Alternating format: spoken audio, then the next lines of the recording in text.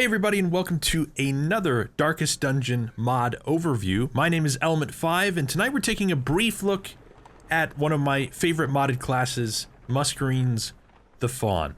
Now interestingly, the Fawn was the first modded class I decided to download and try when I first had the idea to get into streaming Darkest Dungeon with a focus of modded content about a year ago, and she just immediately set a very, very high bar. So beautifully done in terms of execution of mechanics and backstory, animations, etc. And I also find her to be a really beautiful expression of sort of the brilliance of Muscarine's creativity and depth of thinking about the world of Darkest Dungeon, the way in which his characters have a lot of double entendre and deeper implications about the human experience, but also the way that Muscarine has instilled a sense of management into the way that you play his characters, that comes sort of in trade for the kind of power that they're able to put out. Something very unique in the Darkest Dungeon sphere that I really, really appreciate. In this case, the Fawn's backstory is that she is sort of a Frankenstein, literally the ancestor's Frankenstein monster. And taken directly from her description, the Fawn was rejected some time ago as a defect Warren's experiment, somehow found her way into your estate. She's completely oblivious to what happens around her, but at least she's not hostile.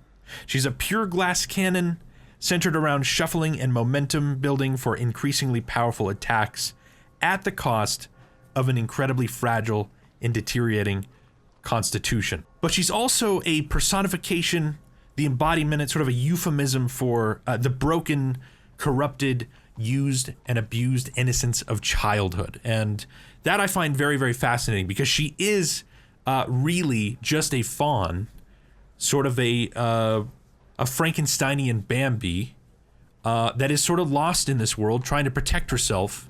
Very, very fragile, but equipped with the weapons to do extremely lethal damage. And that is what makes her really, really cool in my mind. In fact, her name is actually Ciseaux, which would be the French pronunciation of scissors.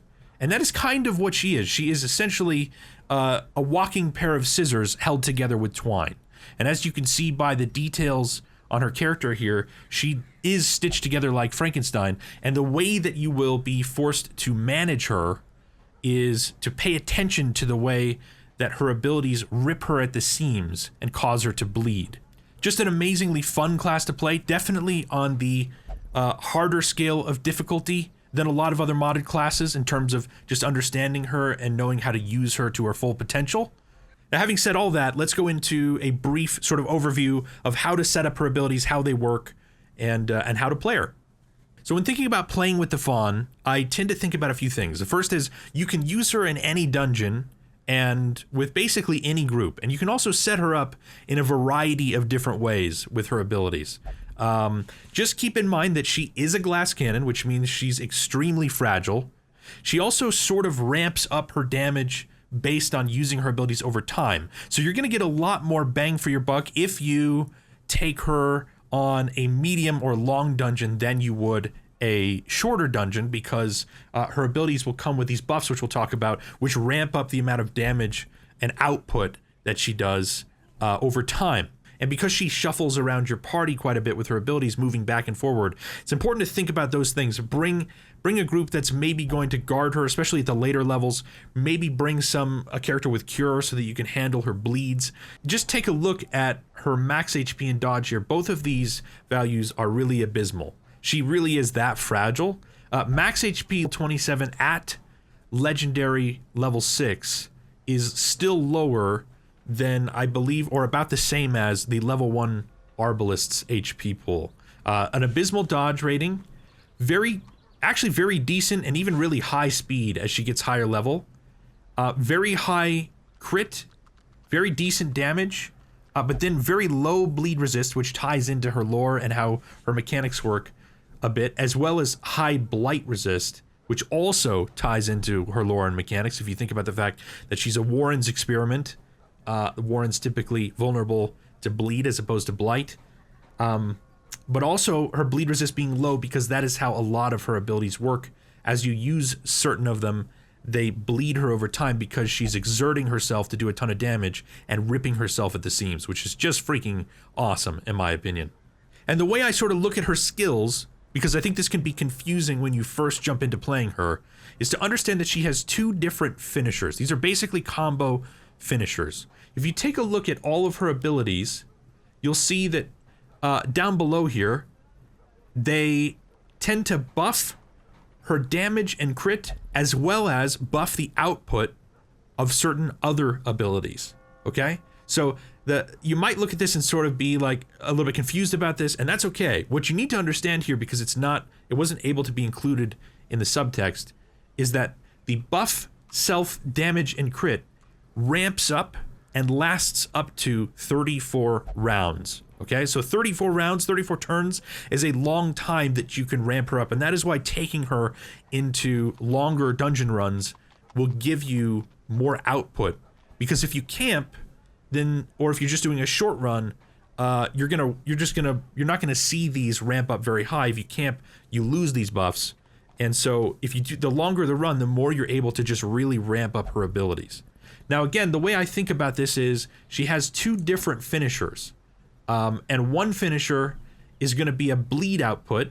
The other finisher is going to be a shuffle and stun output. So I tend to think about it like I'm going to go to the Warrens or the Wield or maybe a certain boss fight and hit it super hard, debuff its prot, and land a big bleed, which we'll talk about in a second. Or I'm going to go into the Ruins and Cove where bleeds don't work as effectively most of the time, but I still want to reach a backline, I still want to stun something or hit in the back line, very powerful, shuffle something forward, and that's where Drill's going to come in. So let's just take a look at the first ability in her kit here, which is Gouge. Now, Gouge is usable in position 1, and it can target any of the first 3 enemies. It will move her back 1 into position 2. It will begin to ramp up her damage with 3% damage and 2% crit buff, and it will add a bunch at level 5.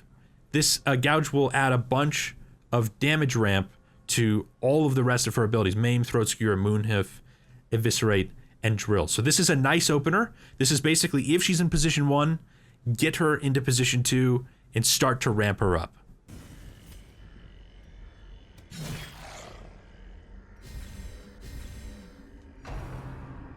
So next in her kit is Throat Skewer. Moves you forward 1 from position 3 or 4 and can target enemies in position 1, 2, or 3.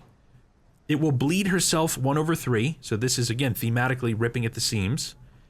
Has a really significant accuracy debuff landed on an enemy. So at level 5, minus 42 accuracy, and it lasts for 1 round. So for at least that round, the enemy is going to have a hard time landing a blow, which can be really effective at the right time. This will also continue to ramp up her damage with 3% damage and 2% crit, and continue to ramp up the damage output of her other abilities.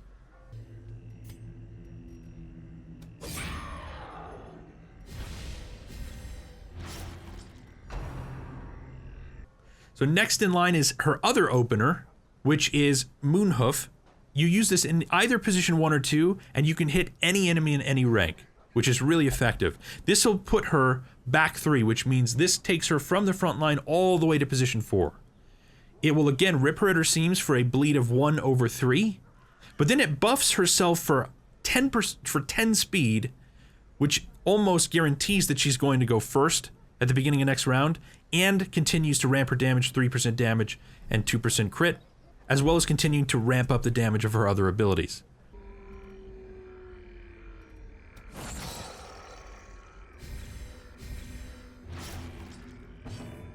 So next is one of her other fillers, which is Maim. Maim is usable in position 2 or 3 and targets position 1 or 2. This also sends you to the back line because it sends you back 2. So this also puts you back into position 4.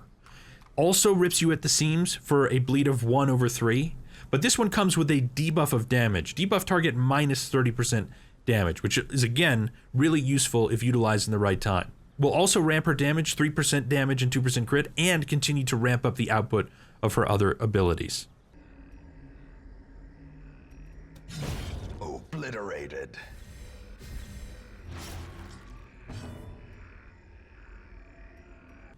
So next is one of her finishing moves, Eviscerate, which moves her forward 2 from position 3 or 2, which means you're going to be going all the way to the front line, okay? And you can hit enemies in position 1, 2, or 3.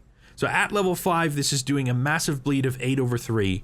It's also going to bleed herself 1/3, but it comes with the debuff target minus 34% prot. So this is pretty awesome if you are on a boss that you really want to bleed or you really want to debuff the prot. I'm thinking this is super useful on things like enemies in the Warrens, the Swine Prince, if you want to debuff the prot and add a bleed to, say, the Thing from the Stars and Color of Madness, etc. This is probably her primary finisher in a lot of cases, and it can do massive damage. Again, continuing to ramp up her damage output, 3% damage and 2% crit.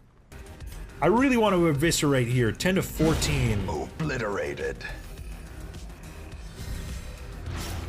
So then next is Drill, which is her other finishing move. Now Drill is really interesting because it basically sends you from position 4 all the way to position 1. She just drills forward. There's a massive leap forward, and she can hit any enemy in any rank. It comes with shuffle singles, so you're going to be able to shuffle the enemy, which is really effective if you want to push the backline forward, or vice versa, and has a 150% base stun chance at level 5. Also will rip her at the seams, 1/3 bleed, as well as ramp her damage, 3% damage and 2% crit.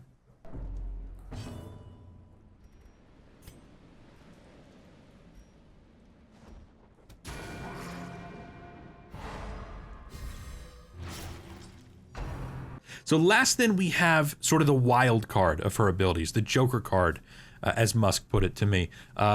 Refresh. Now Refresh recently patched to be only usable 3 times per battle. The thing that's was not able to be included in the description here of this ability is that it's a free action. You get to use it once a round before you use any of her other abilities. So it's kind of another one of her fillers, and it's essentially like a stim pack. It'll just help you ramp her damage and abilities and output a little bit faster and make her a little bit more powerful. But it comes at the cost of stressing herself out +8. So this is where you can, the limitations here are that you can only use it 3 times per battle, but you do get to sort of stim pack her and just quicken up her ramp, which can be really useful if you're just doing a shorter run, or if you've recently camped and you've got to get back to, and you're about to go into a boss fight and you want to just get her damage output and damage ramp up faster in the short amount of time that you have her out to ramp her up. Also we'll be buffing her damage, 3% damage, 2% crit, and buffing the output of her other abilities.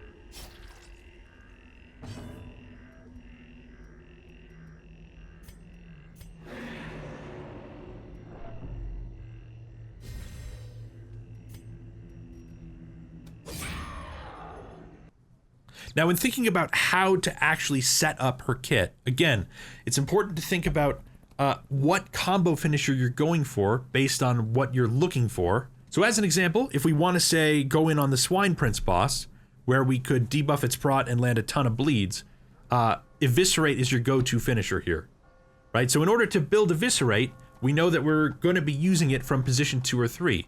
So we need to consider how we get into that position and open. So one way to do that would be to go for Gouge. So Gouge would literally put you as an opener back into position 2 or 3, and then you could Eviscerate forward and rinse repeat these things.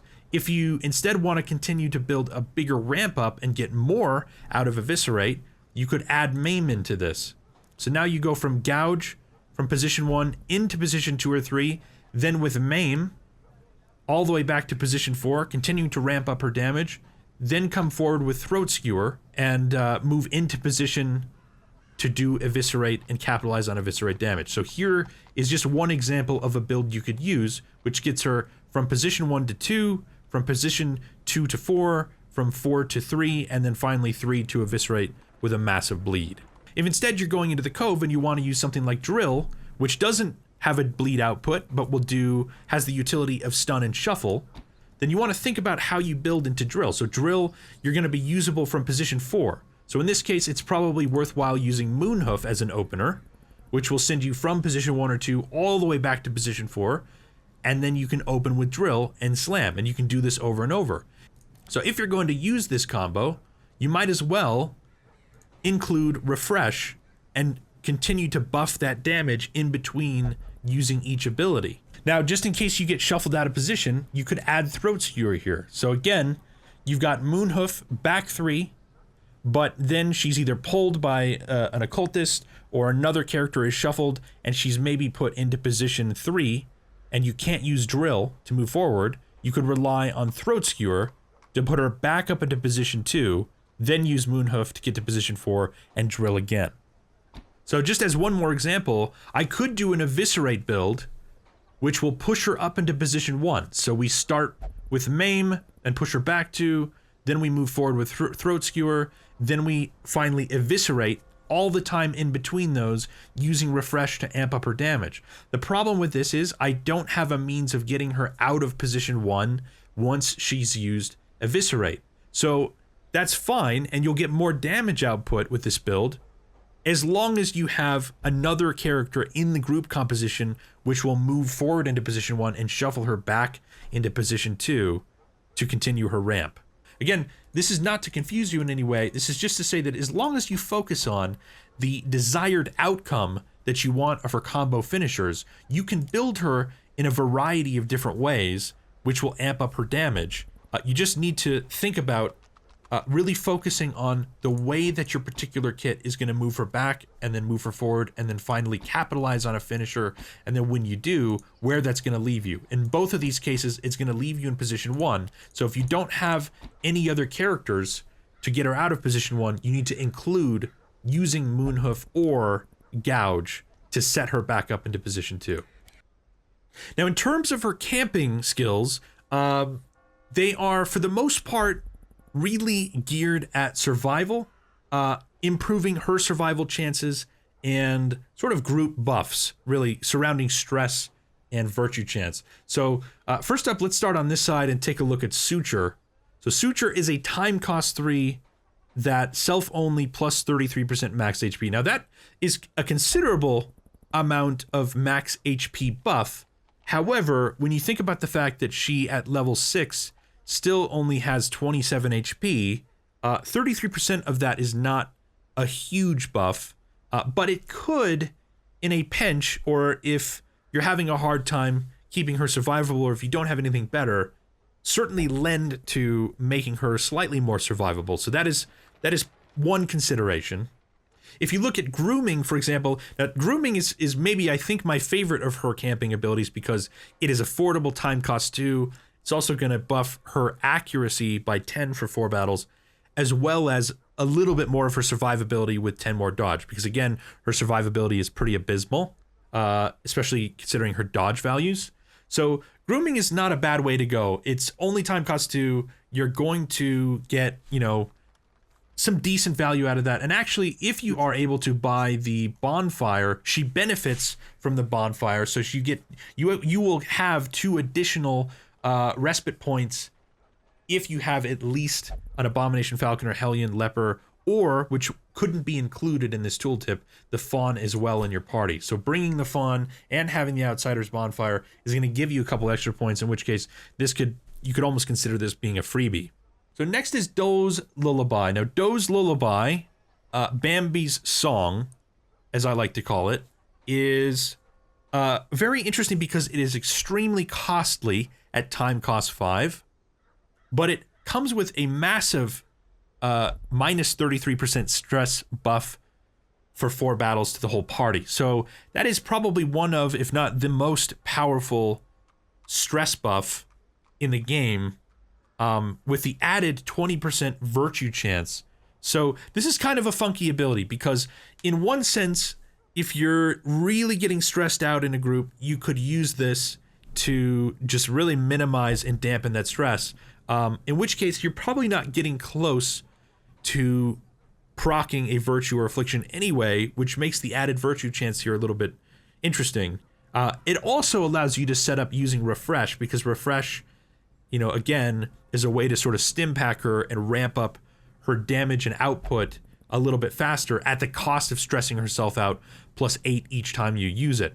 So again, if you don't have a stress healer in your group to sort of manage the stress that she's getting from this, then of course Doe's Lullaby would be a way to sort of preface that ramp. But kind of an interesting ability. I don't think we end up utilizing it very often, but at least it's there. So then last is Oblivious. Oblivious, a time cost for self-only 20% virtue chance until camp, with the added 18% death blow resist. So again, I don't think I use this very often, given its cost and the sort of benefits that you get out of it feeling a little bit impractical. The 18% death blow resist is a consideration because she is so fragile, and it isn't that hard, especially early game when she's weaker to bleeds, and she's just harder to manage and just feels more fragile outright. Overall, I find that this is, for its cost, it's hard to really feel like I get a lot of practical usage out of this camping ability for obvious reasons. Again, Death Blow Resist might be a thing you want to buff to keep her from dying, but because Death Blow is one of those, you know, those random chances, like it's essentially, if for some reason you just can't mitigate the fact that she's bleeding herself, but you really need to utilize her damage output, and she's gonna get hit to death's door and have a bleed on her, then maybe maximizing her death blow resist helps her keep her alive. But it's just, I find this a little bit difficult to use.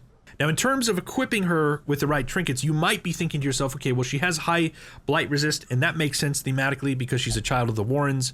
It also makes sense mechanically because she is constantly bleeding herself at the seams, and she has very low bleed resist, so that's really her weakness.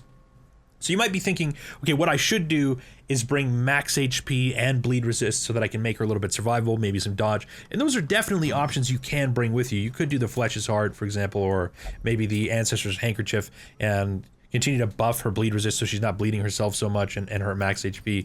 And that's probably recommended if the group that you're going to manage her with is, say, an occultist healer, which is going to be potentially bleeding her anyway when he heals her and isn't really a guarantee to heal, or you don't have the cure of a Plague Doctor or a Lamia or something like that. But if you have a group that would manage her fairly well, and somebody like a Lamia, a healer with cure, or a Plague Doctor in your group that can cure her bleeds, then it's definitely thinking about, you know, playing with the glass cannon theme and just ramping her damage output as much as you can. Bringing some of her powerful trinkets that are going to really boost her damage output, her crit output, or even if you really wanted to, something that's going to give her speed, damage, and dodge, etc.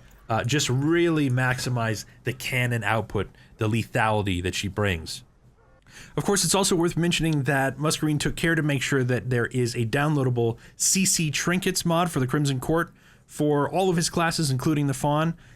This is also updated for Color of Madness, and you can download the Color of Madness trinket pack for all of Muscarine's profligates. And should, for some reason, the human form offend you, you can download the Safe for Work skins version of this and the rest of his classes as well.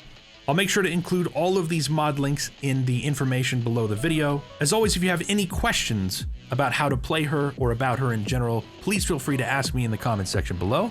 Thanks so much for watching, and we'll see you next time.